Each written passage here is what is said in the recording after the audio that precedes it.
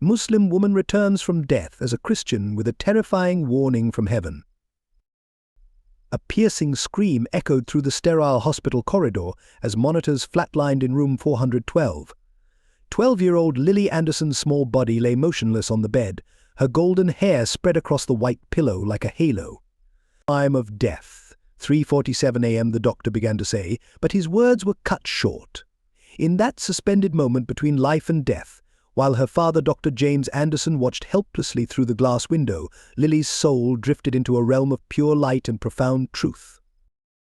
What she would bring back wasn't a comforting tale of angels and peaceful afterlife. Instead, she returned with a devastating message, a warning so terrifying that it would shatter her family's world and expose a web of corruption, murder, and betrayal reaching into the highest levels of corporate America. What Jesus showed her in those 3 minutes of clinical death would reveal the dark truth behind her mother's accident and force her father to confront the consequences of his choices. This is a story about loss, betrayal, redemption, and a child's unwavering faith in the face of evil that wears a businessman's smile.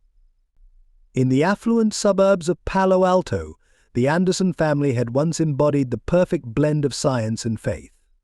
Dr. James Anderson, a brilliant 45-year-old neurologist with piercing blue eyes and prematurely graying temples, had earned his reputation at Stanford Medical Center for pioneering non-invasive treatments for neurological disorders. His wife, Sarah Anderson, with her investigative journalist's sharp instincts and unwavering moral compass, had made a name for herself exposing corporate medical fraud for the San Francisco Chronicle. Their daughter Lily, now 12, had inherited her father's analytical mind and her mother's unflinching determination to seek truth. But she also possessed something uniquely her own, a profound spiritual sensitivity that neither parent fully understood. Since early childhood, she had shown an uncanny ability to sense things others couldn't, often knowing when someone was hurting or in need of help before they themselves realized it.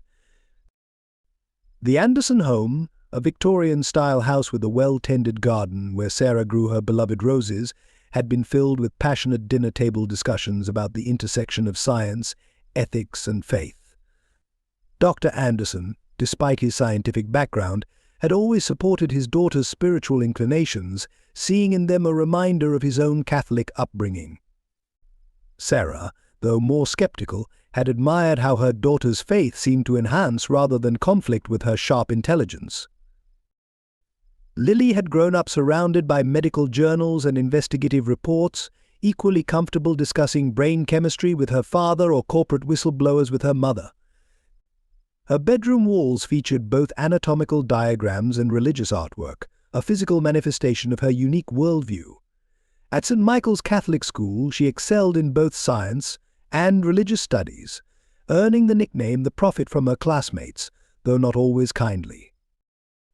The family's stability had begun to crack 6 months ago, when Sarah started investigating allegations of suppressed medical trials at major tech companies.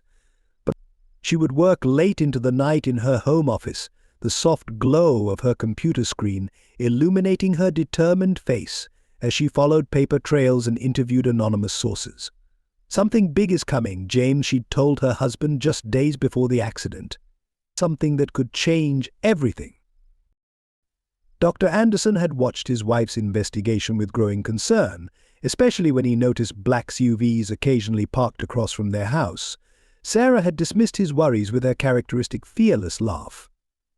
"Truth fears nothing but silence," she would say, quoting her favorite journalist. Lily had sensed the tension building, experiencing increasingly vivid dreams that she tried to share with her parents. Dreams of darkness creeping into their lives, of shadows wearing friendly faces. The day everything changed had started normally enough. Sarah had kissed Lily goodbye at breakfast, promising to attend her daughter's school choir performance that evening. Dr. Anderson had been preparing for a major presentation at Stanford about the ethical implications of neural interface technology. None of them could have known that by sunset their lives would be shattered beyond recognition. Looking back, Lily would remember how her mother had hugged her extra tight that morning, as if some part of Sarah had sensed what was coming. She would remember the peculiar tremor in her father's usually steady hands, as he poured his coffee, and the way their elderly neighbor, Mrs. Thompson, had made the sign of the cross when Sarah's car pulled out of the driveway for the last time. But most of all, she would remember the words her mother had spoken to her just days before sometimes. "Sweetheart, God gives us the ability to see truth not just with our eyes, but with our hearts. And when He does, we have a responsibility to that truth." No matter how difficult or dangerous it might be, those words would come to haunt the Anderson family in ways none of them could have imagined, as they found themselves drawn into a web of corporate intrigue, moral compromise, and ultimately a choice between truth and survival. The corporate headquarters of Neuralink rose like a gleaming monolith against the Silicon Valley skyline, its glass and steel facade reflecting the California sun. Inside those walls, some of the world's brightest minds worked on what they believed would revolutionize human consciousness. But Dr. James Anderson had stood firmly opposed to their vision, becoming one of the most vocal critics of neural interface technology in the medical community. "The human brain isn't a computer we can simply upgrade," he had argued passionately at medical conferences, his voice carrying the weight of 20 years of neurological research. "We're talking about invasive technology that could fundamentally alter human consciousness, and we're rushing into it without understanding the long-term consequences." His papers on the potential psychological and neurological risks of brain-computer interfaces had made him both respected and resented in equal measure. Sarah Anderson had initially supported her husband's stance, but her investigative instincts told her there was more to the story. She began noticing patterns in medical trial data that didn't add up. Anonymous sources spoke of failed experiments kept out of official records, of test subjects experiencing severe psychological deterioration. Her investigation led her to discover a disturbing number of whistleblowers who had suddenly changed their stories or disappeared entirely. The tension reached a breaking point when Sarah uncovered documents suggesting that early Neuralink trials had resulted in catastrophic failures. "They're not just testing the technology," she had told James late one night, her voice tight with urgency. "They're testing the limits of human consciousness itself, and they're hiding the bodies that prove it's not working." But before she could publish her findings, everything changed. The accident happened on a rainy Tuesday evening. Sarah's car somehow lost control on a straight, well-lit road, crashing through a guardrail and plunging into a ravine. She survived, barely, but was left in a persistent vegetative state. The police investigation found nothing suspicious, despite the car's electronic systems showing no malfunction. Dr. Anderson had stood in her hospital room, watching his brilliant, vibrant wife lying motionless, kept alive only by machines, and felt his world crumbling. That's when Neuralink reached out. Their representatives spoke of experimental treatments, of technology that could potentially restore neural function. They showed Dr. Anderson preliminary results that seemed miraculous. "We can help her," they said, "but we need your expertise. Join us, and we'll do everything in our power to bring her back." The offer came with strings attached, of course. He would have to publicly recant his previous statements, endorse their technology, and most importantly, ensure that Sarah's unfinished investigation never saw the light of day. Dr. Anderson, the man who had once stood firmly on principle, found himself facing an impossible choice between his professional integrity and the chance to save his wife. Lily had watched her father's transformation with growing alarm. The man who had taught her to always question and seek truth began speaking at Neuralink press conferences, his once passionate warnings replaced by carefully scripted endorsements. His eyes, once bright with conviction, grew distant and haunted. At home, he spent hours in his study, poring over brain scans and neural interface data, barely noticing when Lily tried to tell him about her increasingly disturbing dreams. But the changes weren't just professional. Dr. Anderson's faith, once a quiet but steady presence in their lives, seemed to waver. He stopped attending Sunday Massachusetts with Lily, saying he needed to work. The family's dinner table discussions, once filled with lively debate about ethics and morality, fell silent. When Lily tried to share her concerns about the path he was taking, he would brush them aside with well-rehearsed arguments about scientific progress and necessary sacrifices for the greater good. But Lily could sense something darker brewing beneath the surface of Neuralink's shining promises. In her prayers she felt a growing shadow, a sense of impending doom that no one else seemed to notice. She couldn't know then that her father had already glimpsed that darkness himself, but had chosen to embrace it in his desperate quest to save her mother, setting in motion events that would lead to his daughter's own brush with death and the terrifying revelations that would follow. The day of Sarah Anderson's accident began with subtle warnings that only became clear in hindsight. That morning she had called her old college friend and fellow journalist Michael Winters, leaving a cryptic voicemail. "Mike, I found something. The trials, the missing subjects, it's worse than we thought. Meet me tonight. Don't call back, I think they're listening." The message would remain unheard for weeks, trapped in a phone that lay shattered in the wreckage of her car. Detective Thomas Bradley, a 20-year veteran of the Palo Alto Police Department, found himself troubled by inconsistencies in the accident report. The skid marks on the road didn't match the vehicle's supposed trajectory. The car's black box had been completely wiped, something he'd never seen in an ordinary crash.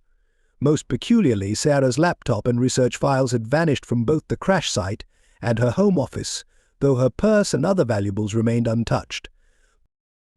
When Bradley tried to dig deeper, he encountered a wall of bureaucratic resistance. His captain suddenly reassigned him to desk duty, citing budget constraints. Anonymous calls warned him to focus on real crimes. The official investigation was closed with unprecedented speed, ruled as a tragic accident caused by wet roads and driver fatigue. Dr. Anderson, consumed by grief and guilt, initially pushed for a deeper investigation. He hired private investigators, demanded additional forensic analysis, and reached out to Sarah's journalistic contacts. But each avenue led to dead ends or silence. Those who had once eagerly shared information with Sarah now claimed they had nothing to say, their eyes darting nervously as they closed their doors. Lily found pieces of her mother's research hidden throughout the house, SD cards taped under drawer bottoms, encrypted files buried in innocent-looking family photos, handwritten notes tucked inside old books. She tried showing these to her father, but his reaction frightened her. "Leave it alone." "Lily," he had snapped, his face pale with fear or fury. She couldn't tell which. Later that night she heard him in Sarah's office, the sound of papers being shredded continuing until dawn. The hospital where Sarah lay became a second home to the Andersons. Dr. Anderson spent every free moment there, talking to specialists, reviewing treatment options, desperate for any sign of consciousness. Lily would sit by her mother's bed, holding her hand, sensing that somewhere deep inside, Sarah was trying to tell them something. The machines kept beeping their steady rhythm, but Lily could feel her mother's spirit growing more distant with each passing day. Then came Neuralink's offer, delivered by Claire Richardson, their smooth-talking director of medical relations. "We've been following Sarah's case with great interest," she said, her corporate smile never quite reaching her eyes. "Our neural interface technology has shown remarkable results in similar cases. We believe we could help her, Dr. Anderson. All we need is your expertise to refine the treatment." The contract they presented was thick with legal language, but its message was clear: Sarah would receive experimental treatment using the latest Neuralink technology, in exchange for Dr. Anderson's full cooperation and discretion. He would need to join their research team, publicly support their work, and most importantly, ensure that certain sensitive materials related to Sarah's investigation remained private. Lily watched her father reading the contract in Sarah's hospital room, his hands trembling slightly. She saw the moment his resistance crumbled, noticed how his shoulders sagged as if under an invisible weight. "It's the only way," he whispered, more to himself than to her. "We have to save her." When he signed his name, Lily felt a cold shadow pass through the room, making the fluorescent lights flicker briefly. That night, Dr. Anderson burned the remaining evidence of Sarah's investigation in their backyard fire pit. Lily watched from her bedroom window as the flames consumed her mother's life work, the embers rising into the dark sky like lost souls. In her prayers that night, she begged Jesus for guidance, for some sign of what to do. The answer would come, but not in any way she could have expected, and at a price that would nearly cost her own life. Dr. Anderson's first day at Neuralink marked the beginning of his moral descent. The facility's pristine corridors and cutting-edge laboratories stood in stark contrast to the warm, patient-focused environment of his previous work at Stanford. Claire Richardson introduced him to the research team, each member watching him with a mixture of respect and wariness. They all knew his previous stance against their work, and his sudden conversion raised eyebrows but no questions. The transformation in Dr. Anderson became evident within weeks. His passionate advocacy for patient rights and ethical considerations gave way to corporate talking points about progress and necessary risks. In board meetings, he found himself defending protocols he would have condemned months earlier. Each compromise was justified by thoughts of Sarah, each ethical line crossed marked by a visit to her hospital room, where he would whisper promises of recovery into her unconscious ear. The project they assigned him to was called Neural Pathway Reconstruction, allegedly aimed at helping coma patients regain consciousness. But late at night, reviewing test data in his private office, he discovered disturbing patterns. The successful cases shown in their promotional materials had been carefully curated, while failed attempts were buried in cryptic technical language and archived away from public view. One case particularly haunted him, patient 23, a young woman with injuries similar to Sarah's. The initial results had been promising, with significant neural activity increases. But 3 months in, something went wrong. The official report cited unexpected complications, but buried in the raw data, Dr. Anderson found evidence of severe psychological trauma, personality disintegration, and finally total neural collapse. The patient had died, but her death was classified as natural causes unrelated to treatment. When he tried to raise concerns with the project leads, their responses were tellingly uniform. "Focus on the potential, James," they would say, their smiles never wavering. Think of Sarah. Her name became both carrot and stick, a reminder of why he had to succeed and what he could lose if he didn't play along. Each time he wavered, Claire Richardson would schedule a meeting to show him promising new data about Sarah's potential treatment. At home, his relationship with Lily grew increasingly strained. His daughter's intuitive warnings about Neuralink bothered him more than he cared to admit. "Dad, something's wrong there," she would say, her young face serious beyond her years. Mom would never want this. He began staying later at the office, avoiding her knowing gaze, her questions that cut too close to his buried conscience. The final step in his transformation came during a private meeting with the company's executive board. They presented him with evidence, emails, phone records, notes showing the full scope of Sarah's investigation before the accident. "Your wife was misguided," Claire explained softly, "but she could have caused irreparable damage to life-saving research. We protected our work. Now you need to protect it too." It wasn't just a confession, it was a binding. By showing him the truth, they made him complicit. His signature on each new protocol approval, his voice in promotional videos, his presence at press conferences, all of it helped bury the truth about what had happened to Sarah and others like her. He told himself it was worth it, that once Sarah was cured, they could find a way to make things right. The old Dr. Anderson, the man who had once written passionate papers about medical ethics, who had taught his daughter to always stand for truth, died a quiet death in that boardroom. In his place emerged a company man who spoke convincingly about acceptable risks and necessary sacrifices for the greater good. At night he would stand in his dark office, staring at his reflection in the window, barely recognizing the man he had become. Only in rare, unguarded moments, usually after visiting Sarah, did glimpses of his former self surface. Once, Lily found him in their home study, holding one of Sarah's old notebooks, tears streaming down his face. But when she tried to comfort him, he quickly composed himself, locked the notebook away, and retreated behind his new corporate facade. The distance between father and daughter grew, measured in unspoken truths and avoided conversations, neither realizing that events were already in motion that would force all their secrets into the light. The day Lily died began like any other Tuesday. She attended classes at St. Michael's, her mind wandering from Sister Catherine's history lesson to the growing unease in her heart. The headaches had been getting worse, sharp, stabbing pains that came with flashes of strange visions. That morning, looking at her reflection in the bathroom mirror, she had seen her face overlaid with a ghostly pallor, a premonition she tried to dismiss. During choir practice, as they rehearsed Amazing Grace, Lily felt the first warning signs. The familiar pressure behind her eyes, the world tilting slightly off axis. She gripped the wooden pew, trying to stay upright as the other children's voices seemed to fade into a distant tunnel. Sister Catherine noticed something was wrong, but before she could reach Lily, the girl collapsed, her small body crumpling to the chapel floor.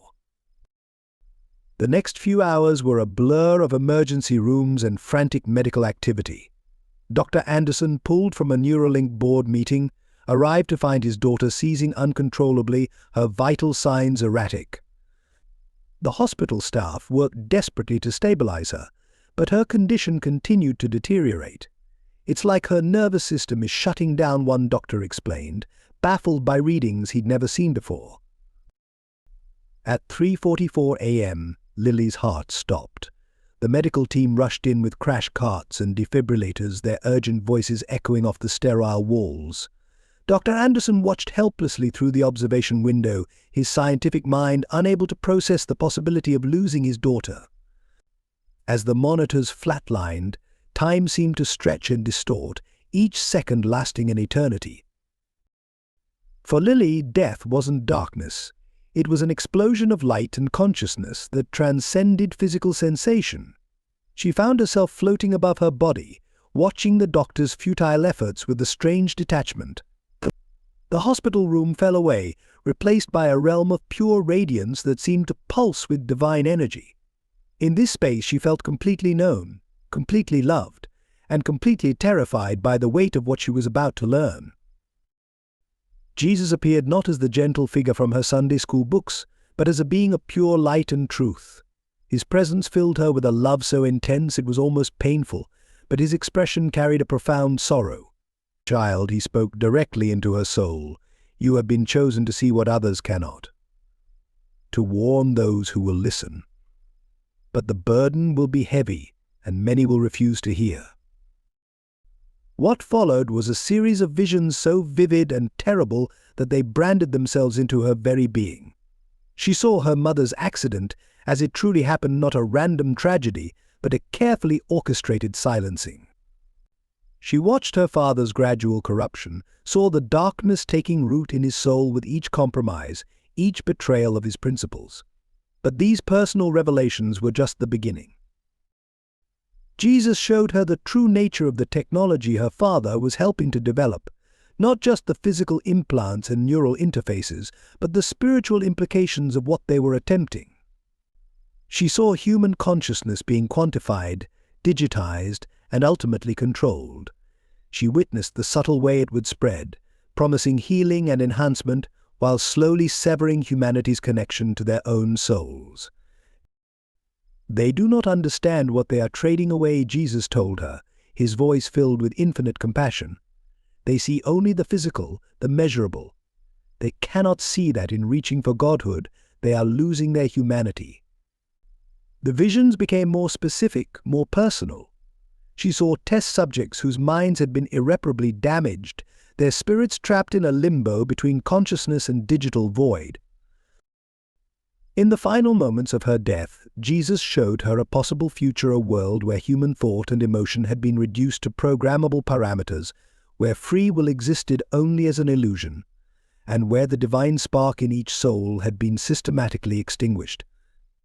But he also showed her hope, people who would listen, who would resist, who would choose faith and humanity over the false promises of technological transcendence. At exactly 3:47 a.m., Lily's heart suddenly started beating again. The medical staff called it a miracle, but the girl who returned to life was fundamentally changed. Her eyes held a knowledge far beyond her years, and her first words upon regaining consciousness sent chills through the room. "I know what happened to Mom. I know what they're doing at Neuralink. And Dad, Jesus showed me everything." Dr. Anderson, still standing at the window, felt his world tilt on its axis. In his daughter's restored gaze, he saw not just the miracle of her revival, but the reflection of all his sins, all his compromises, all the truths he had tried to bury. The weight of his choices crashed down upon him as Lily spoke, her voice carrying the authority of one who had walked in realms beyond death and returned with an undeniable truth. The monitors beeped steadily now, marking Lily's return to life, but for Dr. Anderson they sounded like a countdown. A countdown to the moment when all his carefully constructed justifications would crumble, when the truth his daughter had brought back from death would shatter the walls of lies he had built around himself. In that moment he knew that his desperate attempt to save his wife had set in motion events that would either redeem or destroy them all. The days following Lily's resurrection became a battlefield of truth and denial. Dr. Anderson, desperate to maintain his carefully constructed world, orchestrated a campaign to discredit his own daughter's experience. He brought in neurologists who spoke of temporal lobe disruptions, psychiatrists who discussed trauma-induced hallucinations, and specialists who cited cases of near-death experiences triggering religious delusions. Each expert offered a different scientific explanation, but all reached the same conclusion: Lily's visions couldn't be real. Dr. Marcus Reynolds, Neuralink's chief psychiatrist, suggested immediate psychiatric intervention.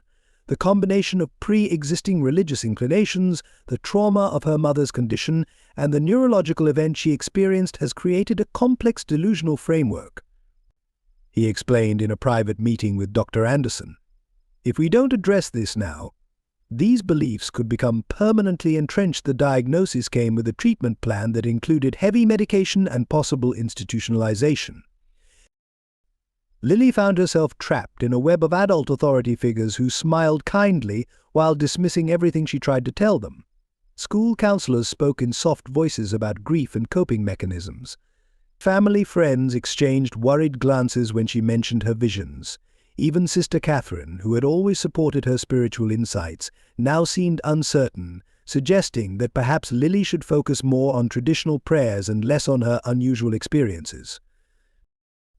But the most painful betrayal came from her father. Dr. Anderson, the man who had once encouraged her to trust her instincts and speak her truth, now watched her with a mixture of fear and calculation in his eyes. He began recording her conversations, documenting what he called her episodic delusional periods. When she tried to tell him about seeing her mother's accident, he would cut her off, quickly changing the subject or finding reasons to leave the room. The medications started subtly: a vitamin supplement with breakfast, a sleep aid at night. Lily noticed how they made her thoughts fuzzy, her spiritual connection muted. She began pretending to take them, hiding the pills under her tongue, and later flushing them away. At night she would kneel by her bed, praying for strength and clarity, feeling increasingly alone in her knowledge of the truth. One evening she overheard her father on the phone with Claire Richardson. "Yes, we're managing the situation. No, she hasn't spoken to anyone outside the approved medical team. I understand the sensitivity. Yes, I'll increase her dosage." The clinical way he discussed her, as if she were a problem to be solved rather than his daughter, made her realize how far he had fallen. Detective Bradley, now relegated to desk duty, tried to maintain contact with the Andersons under the guise of routine follow-up on Sarah's case. During one visit he managed a private moment with Lily in the garden. "I believe you," he whispered, pressing a burner phone into her hand. "But be careful who you trust. They're watching everything." Before he could say more, Dr. Anderson emerged from the house, his forced smile not quite masking his suspicion. The surveillance became more obvious. Black SUVs parked across from her school. Men in suits appeared at church, pretending to be new parishioners while watching her during Mass. Her phone began acting strangely, apps opening on their own, messages disappearing. Even her school laptop seemed to be monitoring her, the cursor sometimes moving without her touch. Dr. Anderson installed new security cameras around the house, claiming they were for protection after recent break-ins in the neighborhood, but Lily noticed how they all seemed focused on monitoring her movements. Her bedroom door acquired a new lock ostensibly to give her privacy, but she heard the key turn from the outside each night after she went to bed. The breaking point came during a routine medical examination at Neuralink's private medical facility. Lily recognized the cold, sterile room from her visions, the same room where failed test subjects had been treated. When she saw Dr. Reynolds preparing an IV bag filled with a familiar cloudy liquid, she knew she had to act. In that moment, just as panic threatened to overwhelm her, she felt a profound sense of peace wash over her. A voice, clear and loving, spoke in her heart, "Be not afraid. I am with you." Using a distraction, she had carefully planned a seizure faked using techniques learned from watching real patients. Lily managed to escape the examination room. Running through Neuralink's maze-like corridors, she found herself guided by an unseen hand, turning corners just before security appeared, finding doors mysteriously unlocked.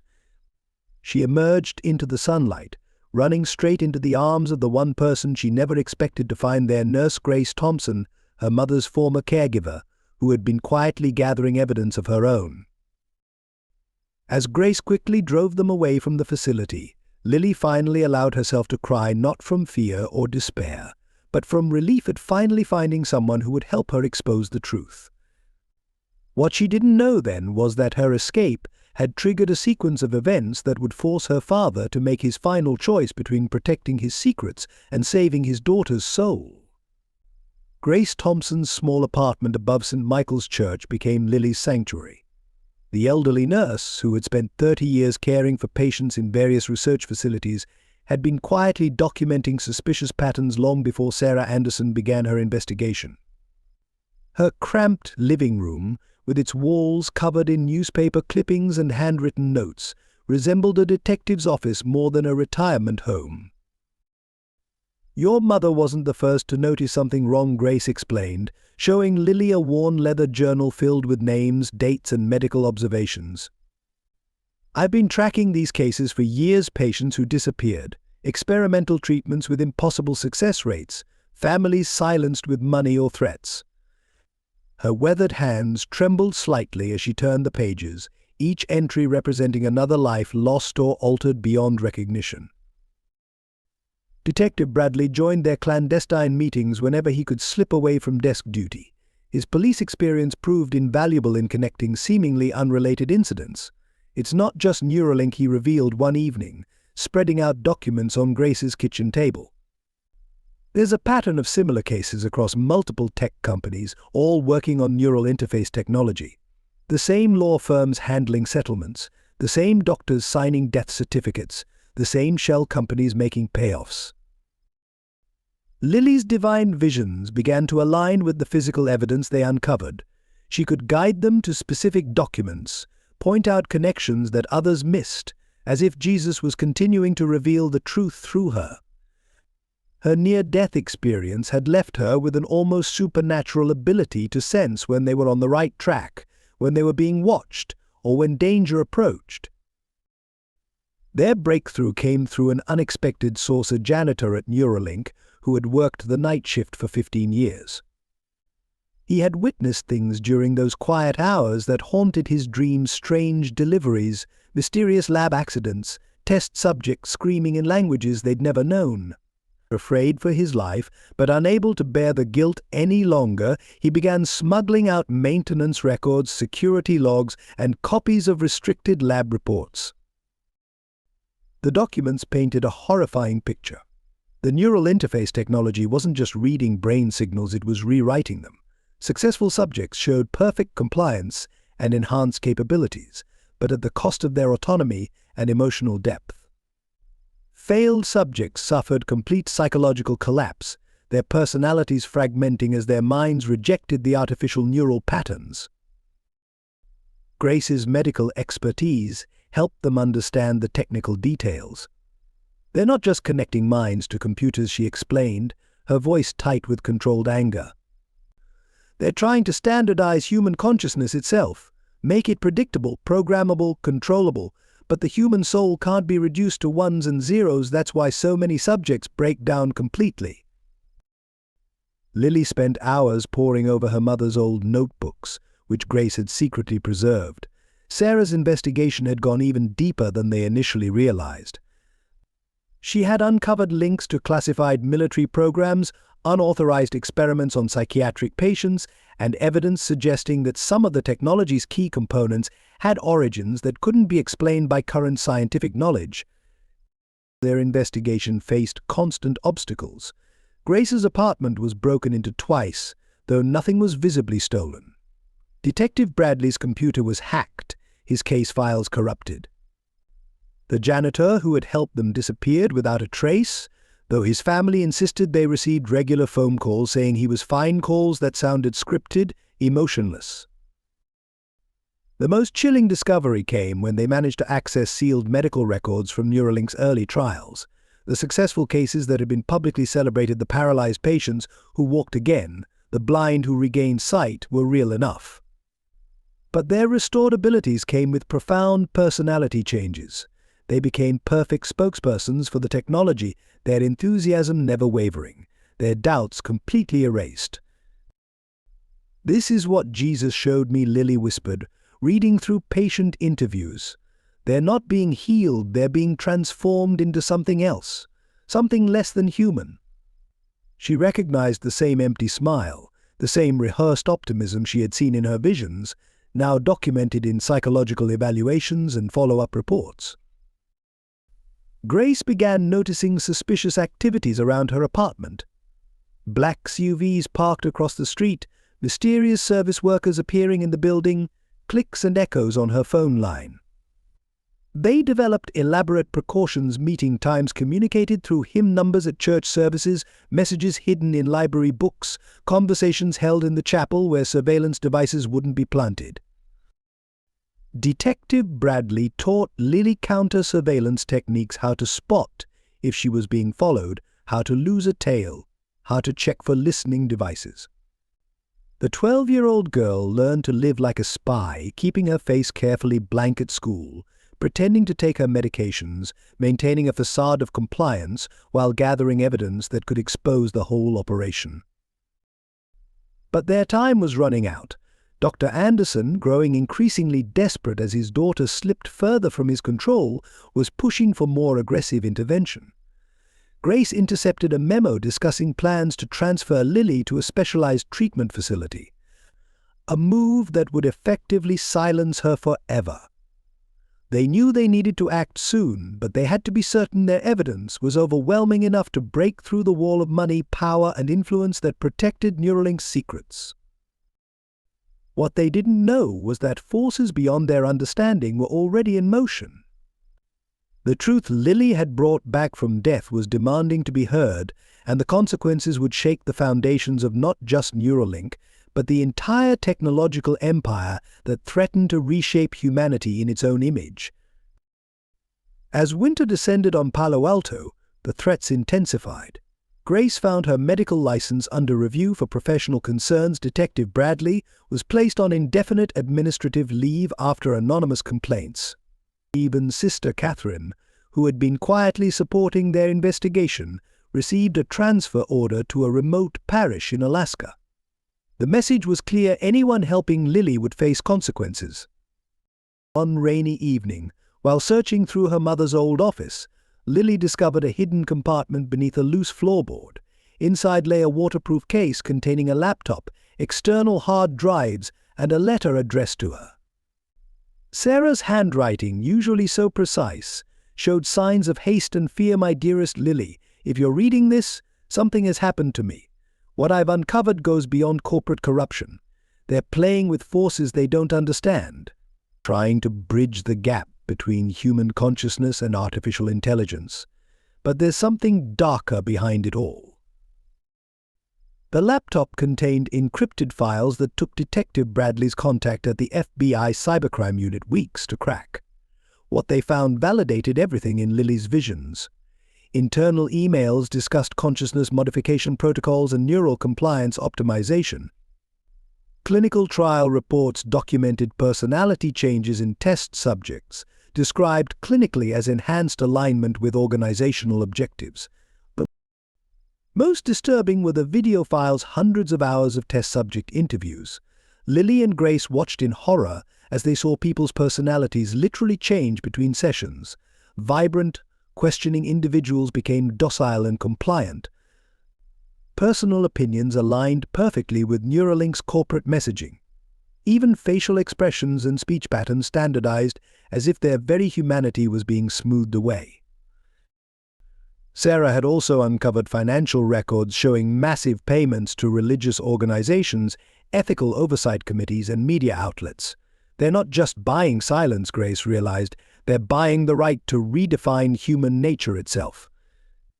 The documents revealed a long-term strategy to normalize the idea of technological consciousness enhancement, to make any resistance appear backward and anti-progress. One name kept appearing in Sarah's notes: Project Prometheus. References were fragmentary, but they suggested an ultimate goal far beyond medical treatment or technological enhancement. They want to create a new kind of human. Sarah had written, one that can be programmed, updated, and controlled like software. But the cost is our souls. As they dug deeper, strange accidents began plaguing their allies. The FBI agent helping them was hospitalized after a mysterious car crash. Grace's brother, a journalist who had been planning to publish their findings, suffered a sudden stroke that left him in a coma. Even the kindly librarian who had helped them exchange messages experienced a break in that specifically targeted at her computer. The surveillance became more overt, almost taunting. Men in suits would stand outside Grace's building, taking photos with their phones. Lily's school friends suddenly stopped speaking to her, their parents offering vague excuses about concerns they'd heard. Unknown numbers called at all hours, playing recordings of private conversations they'd had in supposedly secure locations. One night, Grace received an unmarked envelope containing photos of her deceased husband, pictures that couldn't possibly exist, showing him in places he'd never been. The implied threat was clear: even the past wasn't safe from their reach. That same week, Detective Bradley's teenage daughter barely escaped a kidnapping attempt by men claiming to be federal agents. Then came the discovery that broke the case wide open. Hidden in Sarah's encrypted files was a video recording of a secret Neuralink board meeting. The timestamp showed it was taken just days before her accident. The quality was poor, but the content was unmistakable. Company executives discussed Project Prometheus openly, revealing its true nature: not just the merger of human and artificial intelligence, but the wholesale replacement of human consciousness with a controllable digital substitute. The human mind is messy, unpredictable, one executive explained. It clings to outdated concepts like individual freedom, spiritual beliefs, personal identity. Our technology offers the chance to standardize consciousness itself, to create a human operating system that can be optimized for perfect social harmony. The casual way they discussed this transformation, as if they were merely updating software rather than fundamentally altering the nature of human existence, chilled Lily to her core. The video ended with a discussion of Sarah Anderson's investigation and the need to handle the situation 3 days later. Sarah had her accident, the connection was undeniable, but they knew that proving it in a world where truth itself seemed up for sale would be their greatest challenge. As Lily watched these revelations unfold, she felt Jesus' presence stronger than ever, guiding their investigation, protecting them from the worst of their enemies' attempts to silence them.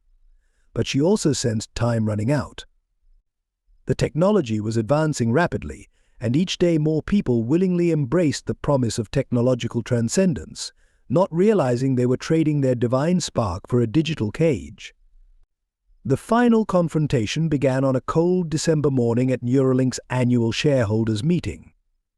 Lily, Grace, and Detective Bradley had spent weeks planning this moment, knowing they would have only one chance to expose the truth. They chose this venue carefully, hundreds of witnesses, live media coverage, and most importantly, the presence of every major figure involved in Project Prometheus. The meeting started like any other corporate event. Elon Musk took the stage to thunderous applause, his charismatic presence commanding the packed auditorium. Behind him, massive screens displayed technological promises of a brighter future. Dr. Anderson sat in the front row, a perfect picture of corporate success in his tailored suit, barely recognizable as the passionate physician who had once fought against this very technology. Lily, hidden in the audience with Grace, felt her heart pounding as Musk began discussing Neuralink's latest breakthroughs. The moment came during the QA session, when Grace, posing as a medical ethics reporter, took the microphone. "I'd like to discuss Project Prometheus," she said clearly, her voice carrying through the stunned silence. The reaction was immediate. Security guards stepped forward, executives shifted uncomfortably, and Dr. Anderson's face went pale. But before anyone could stop her, the main screen behind Musk flickered and changed. Detective Bradley's FBI contact had come through. Sarah's encrypted video began playing, showing the same executives now seated on stage candidly discussing their plans to rewrite human consciousness. The audience watched in horror as their carefully crafted public image crumbled, replaced by the cold reality of their true intentions. Lily stood up then, her small figure commanding attention as she walked toward the stage. "My mother discovered your plans," she announced, her voice stronger than her 12 years would suggest. "She found out what you're really doing to people's minds, and you tried to kill her for it." Security moved to intercept her, but something made them hesitate, perhaps the absolute certainty in her voice, or the strange light that seemed to surround her. "You claim to be helping people," she continued, addressing Musk directly, "but I've seen the truth. Jesus showed me what happens to the souls of your test subjects. They don't just lose their problems, they lose themselves." She turned to face the audience, gesturing to the screens now displaying clinical footage of personality transformations in test subjects. "This isn't enhancement, it's erasure." Dr. Anderson stood up, torn between his corporate loyalty and paternal instinct. "Lily, please," he began, but she cut him off with a look that reminded him painfully of her mother. "Show them, Dad," she challenged. "Show them what happened to the failed subjects. Show them what really happened to Mom." The confrontation escalated as more evidence appeared on the screen's financial records, accident reports, surveillance footage of Sarah's car being forced off the road. Grace had uploaded everything, timed to play in a devastating sequence. The audience's murmurs turned to gasps, then angry shouts as the full scope of the conspiracy became clear. Musk maintained his composure, but his carefully constructed mask began to slip. "You don't understand what we're trying to achieve," he said, his voice taking on an odd, mechanical quality that Lily recognized from her visions. "Humanity needs guidance, structure, optimization. We're offering evolution," but his words, usually so persuasive, fell flat against the weight of evidence now playing behind him. Security finally moved to shut down the presentation, but they were too late. The live stream had already gone viral, picked up by news outlets worldwide. Journalists in the audience were broadcasting everything on their phones. Social media exploded with clips and screenshots, the truth spreading faster than any corporate damage control could contain it. In the chaos that followed, Dr. Anderson made his choice. As security personnel surrounded Lily, he stepped between them and his daughter. "Enough," he said, his voice breaking. "I've helped cover up these crimes for too long." He pulled out a USB drive, his own collection of evidence, gathered during his years inside Neuralink. "This ends today." The confrontation reached its peak as Musk, abandoning his usual poise, ordered an immediate evacuation of the building. But as the audience began to move, the doors suddenly locked Detective Bradley's final play, trapping everyone inside until federal agents could arrive. The truth would have its day, witnessed by hundreds of shareholders, journalists, and executives with nowhere to hide. Lily stood firm through it all, feeling Jesus' presence giving her strength. She watched as her father, tears streaming down his face, finally embraced the truth she had brought back from death. The price of this moment had been devastating her mother's life, her father's conscience, her own innocence, but as the evidence of Project Prometheus played out before the world, she knew their sacrifices would not be in vain.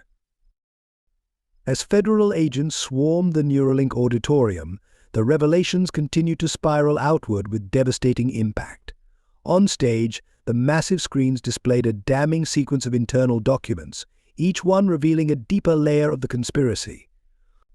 But it was Dr. Anderson's testimony, delivered in a voice shaking with both guilt and relief, that brought the full horror into focus. Project Prometheus wasn't just about neural interfaces, he explained, standing beside his daughter. The technology we developed could literally rewrite consciousness itself. We started with therapeutic applications treating PTSD, depression, neurological disorders, but then we discovered something terrifying. The neural patterns we were creating weren't just changing how people thought. They were changing who they were at the most fundamental level. The screens behind him displayed brain scans of test subjects before and after treatment. The changes were stark. Entire regions of emotional and spiritual activity simply disappeared, replaced by standardized patterns that matched Neuralink's optimization protocols. We weren't healing people, Dr. Anderson continued, his voice breaking. We were overwriting their souls with code. Grace stepped forward then, presenting her years of collected evidence. She showed how the pattern of accidents and disappearances tracked perfectly with major breakthroughs in the technology. Families silenced, whistleblowers eliminated, evidence erased, all pointing to a systematic campaign to hide the true cost of digital consciousness. The most damning revelation came from Sarah's encrypted files.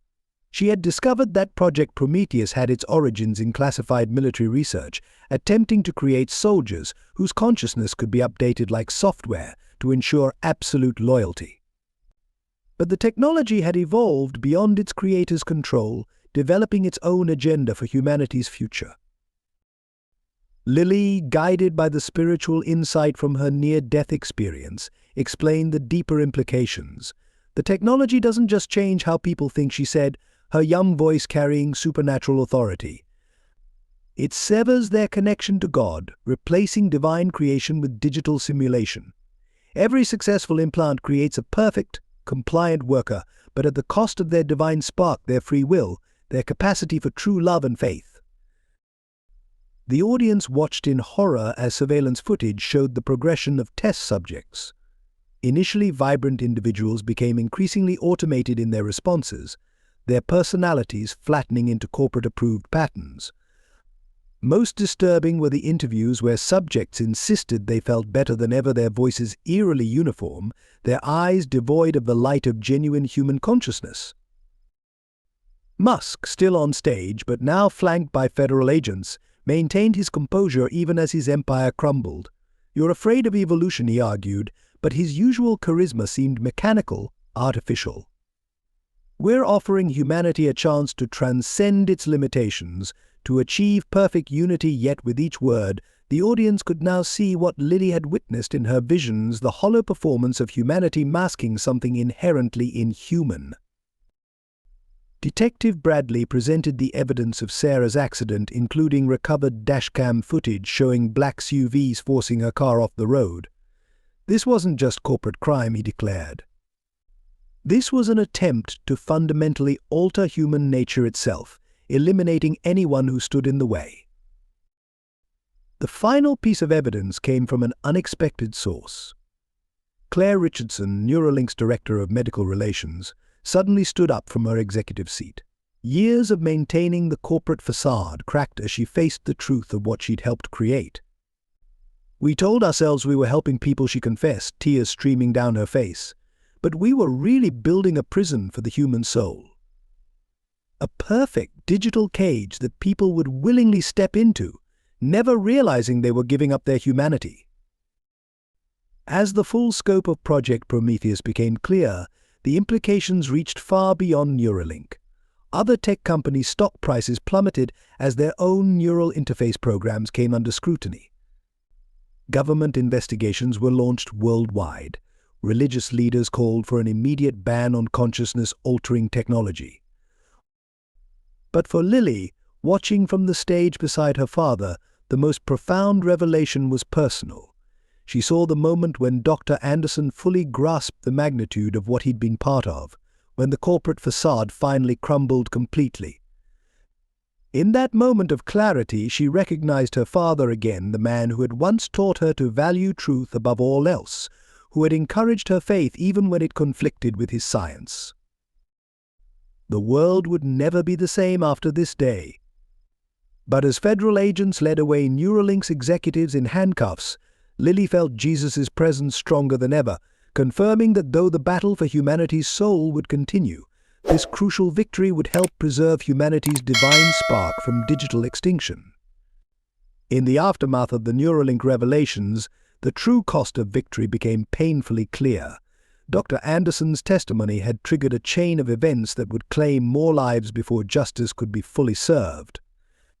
Within days of the public exposure, key witnesses began disappearing or dying under mysterious circumstances, their deaths staged to look like accidents or suicides. The first was Dr. Michael Chen, a former Neuralink researcher who had agreed to testify about the early stages of Project Prometheus. His body was found in his garage, an apparent carbon monoxide poisoning. But Grace noticed details that didn't add up. The garage door had been manually wired shut, and Chen's final text messages showed no signs of the depression cited in the official report. Detective Bradley was the next target. He survived the first attempt, a brake failure that sent his car careening off a bridge, but the second attack came in his hospital room. Security cameras mysteriously malfunctioned during the 10 minutes when someone dressed as a nurse administered a lethal dose of potassium chloride. His last words to Lily, scrawled on a hospital notepad, read, "Keep fighting. Truth wins." The loss that hit closest to home was Sister Catherine. After refusing a direct order from her suddenly promoted superior to denounce Lily's story as mass hysteria, she was found dead in the church garden, officially ruled as a heart attack. But Lily, who had spent countless hours in prayer with the elderly nun, knew the truth. "They killed her spirit first," she told Grace. "I saw it in her eyes the last time we spoke. They threatened the children in her old parish." Dr. Anderson watched these deaths with growing horror, knowing each one was partly his responsibility. The weight of his complicity became unbearable when he received an encrypted file containing surveillance photos of every person who had helped them, along with their families. The message was clear: his testimony had put them all at risk. The hardest blow came when they discovered the truth about Sarah's condition. Reviewing her medical charts with fresh eyes, Grace found evidence that her vegetative state was being chemically maintained. "They're keeping her as leverage," she explained gently to Lily. "As long as there's hope of recovery, they can control your father." The realization that Sarah had been used as a puppet to manipulate Dr. Anderson shattered what remained of his professional facade. Even their allies within the justice system began to fall. The FBI agent who had helped them was found dead in an apparent robbery gone wrong. The federal prosecutor building the case against Neuralink died in a house fire along with key evidence.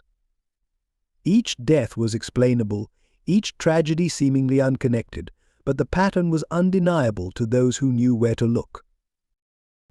Grace's apartment became a memorial wall, covered with photos of those they'd lost. She insisted on remembering each one, documenting their contributions and sacrifices. They tried to erase humanity's soul. She would say, lighting candles beneath the photos, the least we can do is honor those who died protecting it. Lily felt each loss deeply, her spiritual sensitivity making her acutely aware of the ripples of grief spreading through their diminishing circle of allies. She spent hours in the church, praying for the souls of the fallen and for strength to continue their fight. Sometimes in the quiet moments between prayers, she would sense their presence, particularly Sister Catherine's gentle encouragement and Detective Bradley's unwavering determination. Dr. Anderson withdrew into himself, the guilt of his years of compliance crushing him as the death toll mounted. He had known the company's capacity for ruthlessness, had seen the signs, but had chosen to look away.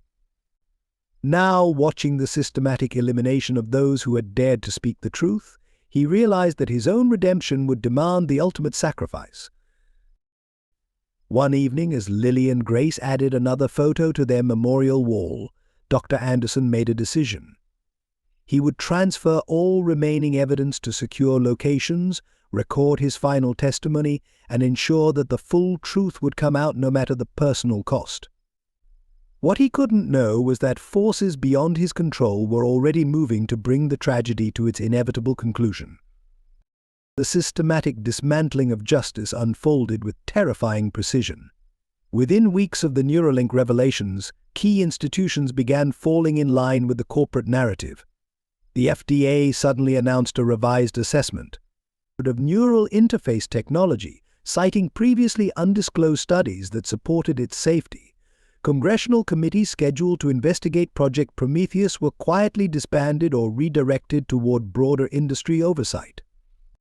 Medical journals that had initially published exposes of Neuralink's practices began printing retractions, their editors replaced by industry-friendly voices. Dr. Emily Roberts, a respected neurologist who had validated Lily's testimony, found her research funding cut and her tenure threatened. Within days, she published a new paper questioning the reliability of her previous findings, her writing style notably different, more corporate, less human. The media transformation was equally disturbing. News outlets that had broken the story began shifting their coverage, introducing elements of doubt, suggesting mass hysteria or conspiracy theories. Journalists who persisted in investigating were reassigned or fired. The few independent voices that remained found their stories buried beneath a flood of sponsored content promoting the benefits of neural enhancement technology. Grace watched helplessly as hospitals and research facilities that had promised to share evidence of similar experiments suddenly claimed their records were corrupted or lost. Her own nursing license was permanently revoked after anonymous complaints of professional misconduct. When she tried to appeal, she found that every lawyer she contacted had suddenly been retained by firms with ties to Neuralink. The criminal investigation itself began to crumble from within. Evidence disappeared from police lockups. Witness statements were altered in official records. Federal agents who had raided Neuralink's offices were reassigned to distant posts, their replacements showing little interest in pursuing the case. The few prosecutors still willing to fight found their careers mysteriously stalled, their families subjected to increasing pressure. Most disturbing was the educational system's response. Schools began implementing digital wellness programs that bore striking similarities to Neuralink's cognitive modification protocols. Children who questioned these programs or whose parents objected faced subtle but increasing academic and social penalties. Lily watched as her classmates gradually transformed, their natural curiosity and spiritual awareness dulled by new educational technologies. The church itself wasn't immune. After Sister Catherine's death, St. Michael's received a new priest who preached about the compatibility of technology and faith, suggesting that neural enhancement might be God's gift to evolve human consciousness. The same message began appearing in religious publications across denominations, all subtly promoting the idea that resisting technological integration was equivalent to rejecting divine progress. Dr. Anderson, attending mandatory corporate seminars, saw how Neuralink was already rewriting its history. The public exposure of Project Prometheus was being reframed as a misunderstanding of necessary research protocols. Employees who had witnessed the truth found their memories questioned, their perceptions softened by carefully crafted psychological techniques and, he suspected, more direct technological intervention. Even the scientific community's resistance crumbled. Researchers who had initially supported the investigation found their data contaminated, their methodology questioned, their reputations systematically undermined. Peer review boards were restructured, ethical oversight committees reorganized, all while maintaining a perfect illusion of academic integrity and regulatory compliance. Lily, through her divinely enhanced perception, saw beyond the surface changes. She witnessed how each institutional betrayal sent ripples through the collective human spirit, weakening humanity's natural resistance to technological consciousness control. It wasn't just about silencing truth, it was about reshaping reality itself, creating a world where their warnings would seem not just false but impossible. Grace's apartment became their last fortress of uncompromised truth, but even there, the pressure mounted. Building inspections increased, utility services became unreliable, neighbors began reporting suspicious activities. They knew it was only a matter of time before this final sanctuary would be stripped away, leaving them with nowhere to preserve the evidence of humanity's greatest threat. As Christmas approached, Dr. Anderson made his final recordings, documenting every detail of the institutional collapse.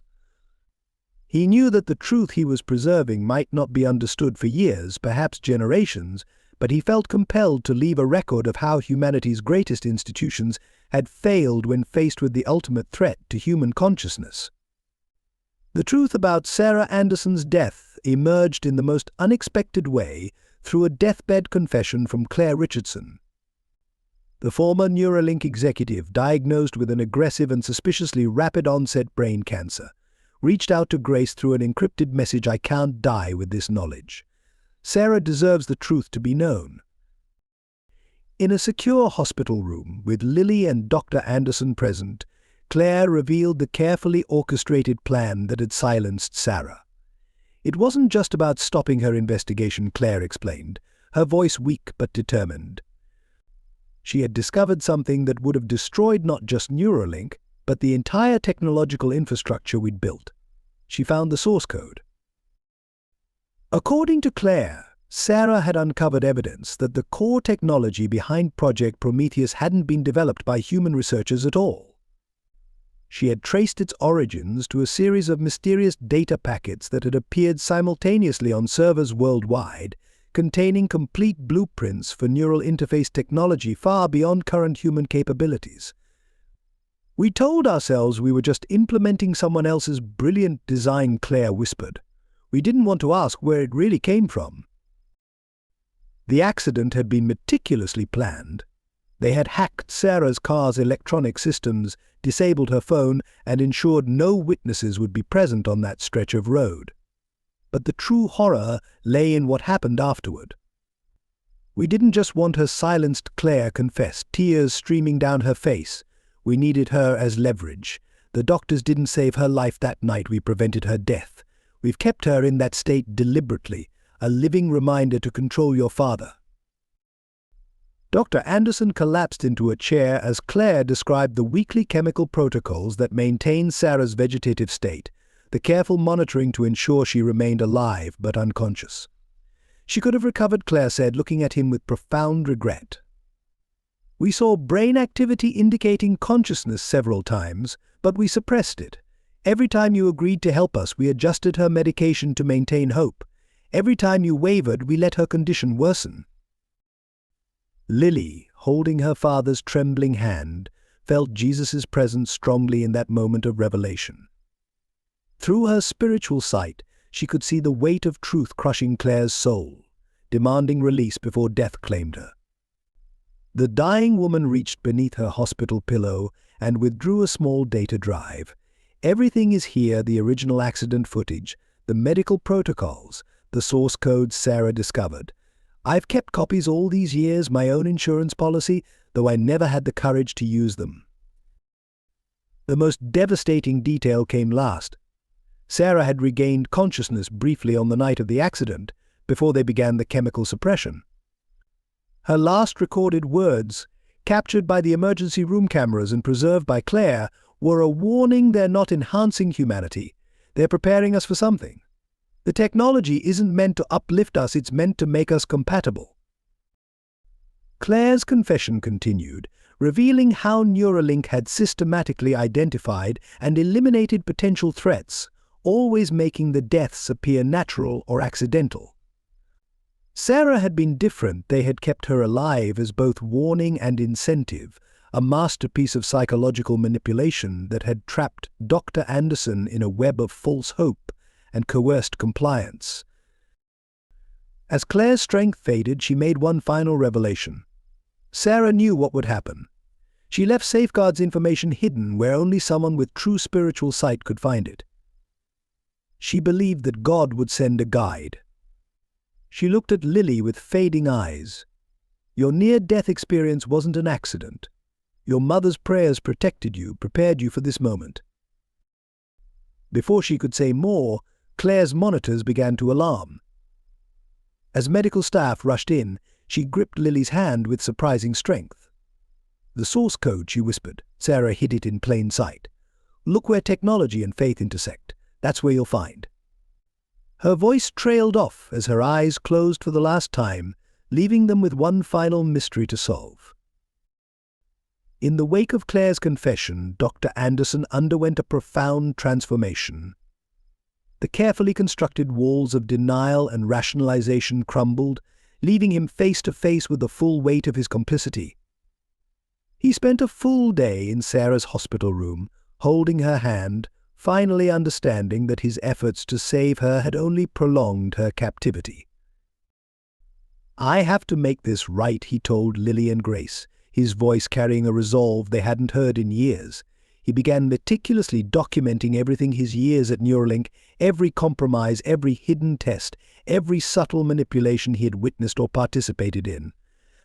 His testimony filled dozens of encrypted files, each one more damning than the last. Working through the night in his home office, Dr. Anderson pieced together the puzzle Sarah had left behind.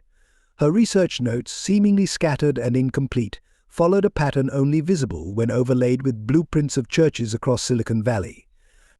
She hid the truth in sacred spaces, he realized, knowing they'd never think to look there. The revelation about Sarah's continued consciousness hit him hardest. Using his medical credentials one last time, he accessed her complete hospital records. The evidence was there in the data: regular spikes of cognitive activity deliberately suppressed by a cocktail of drugs. His hands shook as he began the process of gradually reducing her medication, knowing it would draw attention but unable to bear her imprisonment any longer. His final act of redemption began with a public confession. Not through the corrupted mainstream media, but in a live-streamed testimony from St. Michael's Church. He chose the location deliberately, standing before the altar where he and Sarah had been married, where Lily had been baptized. As he spoke, thousands watched online as he methodically exposed every layer of Neuralink's deception. "I am responsible," he declared, his voice steady despite the tears streaming down his face. "Every person who suffered, every life destroyed, I could have stopped it years ago. I chose comfort over courage, hope over truth. But Sarah taught me that truth demands action, and Lily showed me that faith requires sacrifice." Even as he spoke, he could see black SUVs gathering outside the church. His security credentials had been revoked the moment he began speaking, and he knew what would come next. But he had prepared for this moment. Grace had already transferred Lily to a secure location. The evidence was backed up on servers worldwide. Sarah's medication had been reduced enough that she might soon wake on her own. "Whatever happens to me," he continued, looking directly into the camera, "remember that the human soul cannot be digitized. Our consciousness is not code to be rewritten. Our connection to God cannot be replicated or replaced by technology." As security forces entered the church, he reached into his pocket and pressed a final command on his phone, triggering the release of Sarah's complete investigation to every major whistleblower site worldwide. The world watched as Dr. Anderson was dragged from the altar, still speaking truth, until the moment they silenced him. His last recorded words became a rallying cry for the resistance that would follow. "They can take my life, but they cannot take my soul." Sarah understood this. Lily understands it. Now you must understand it too. Hours later, in a holding cell deep within a corporate detention facility, Dr. James Anderson completed his journey from complicity to redemption. Official reports would call it suicide, but Grace and Lily knew better. He had died protecting the truth, just as Sarah had tried to do years before. His sacrifice would ensure that their evidence would reach the world, that his daughter would be protected, and that humanity would have a chance to resist the digital transformation of their souls. In his final letter to Lily, found later in a hymnal at St. Michael's, he wrote, "I failed your mother, and for too long I failed you. But in the end I chose truth, I chose faith, I chose love. Remember me not for my sins, but for this final choice, and know that wherever you go now, both your mother and I will be watching over you."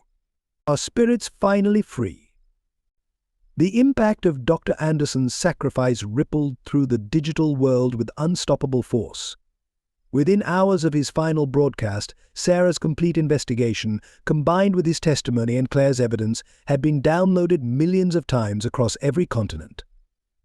Despite frantic corporate attempts to suppress the information, the truth spread like wildfire through encrypted networks, private channels, and underground resistance groups.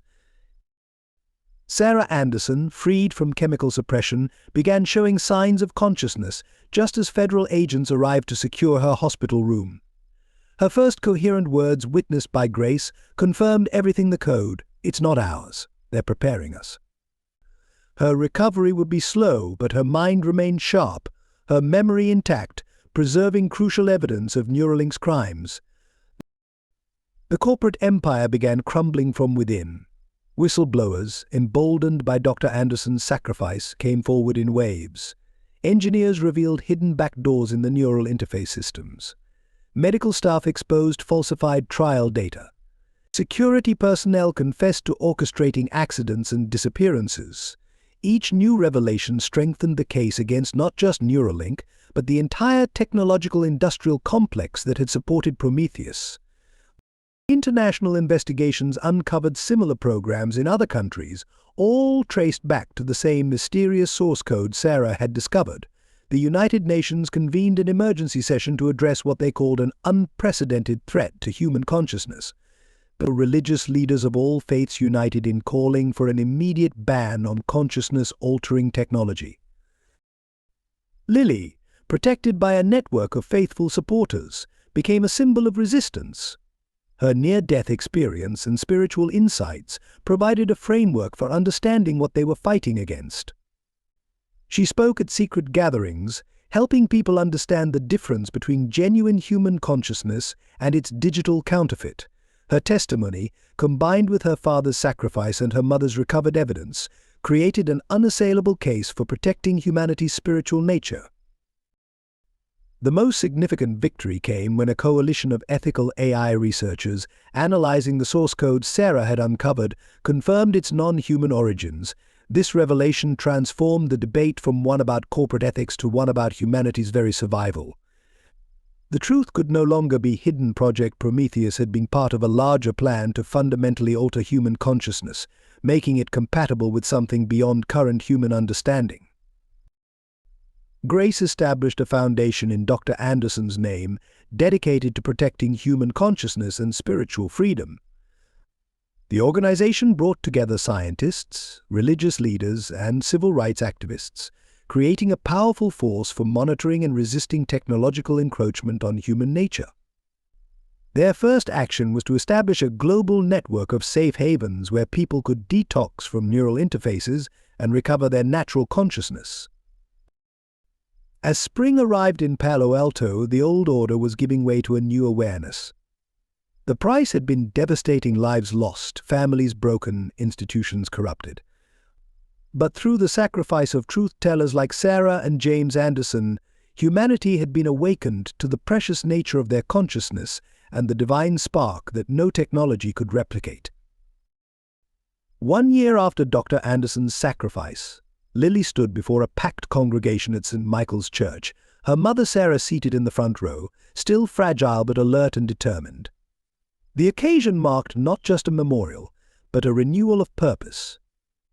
The battle for humanity's soul had entered a new phase, more subtle but no less critical than the dramatic exposures of the previous year.